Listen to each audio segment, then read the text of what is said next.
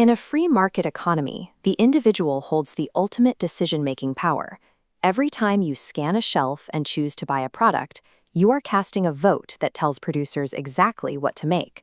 This is the concept of consumer sovereignty. But to cast that vote, you need capital.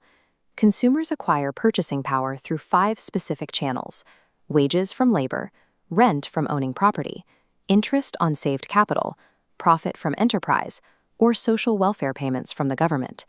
Without successfully securing one or more of these income streams, a person cannot participate in the market.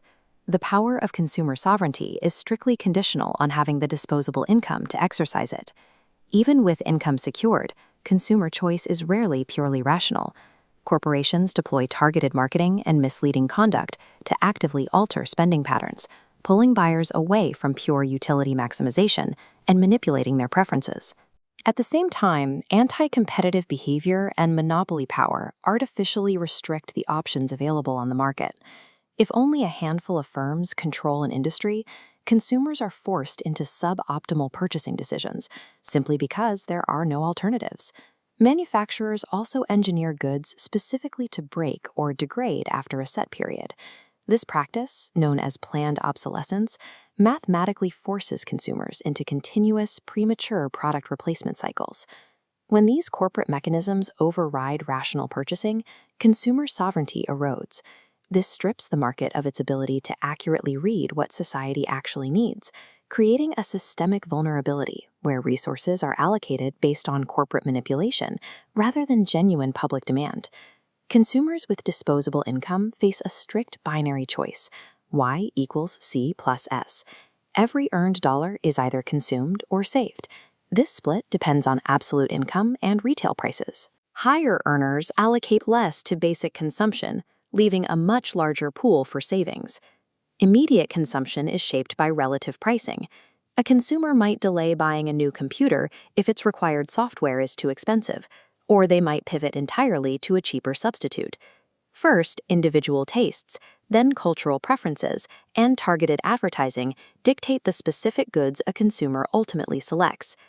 By aggregating these micro-factors across millions of individuals, economists build a framework to forecast total national retail demand and private savings rates.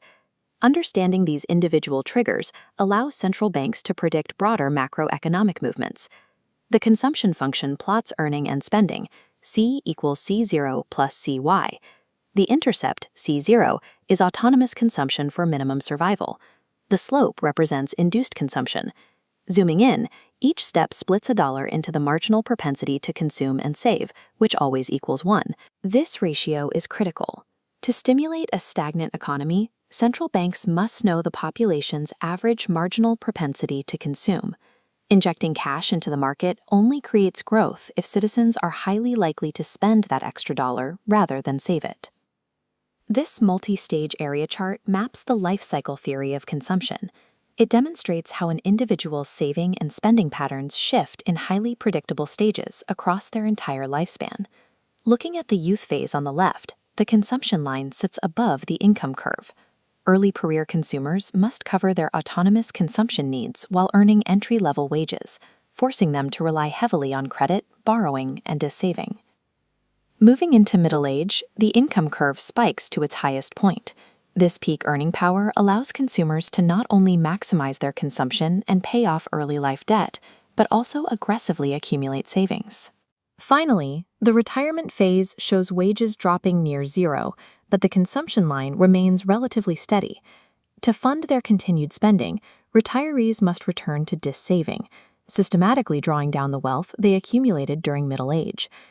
Because human spending follows this biological clock, the demographic age of an entire nation dictates its macroeconomic health. An aging population means massive capital drawdown, while a younger population drives high credit demand. The shape of this demographic curve controls the availability of domestic investment capital and the overall stability of the business cycle.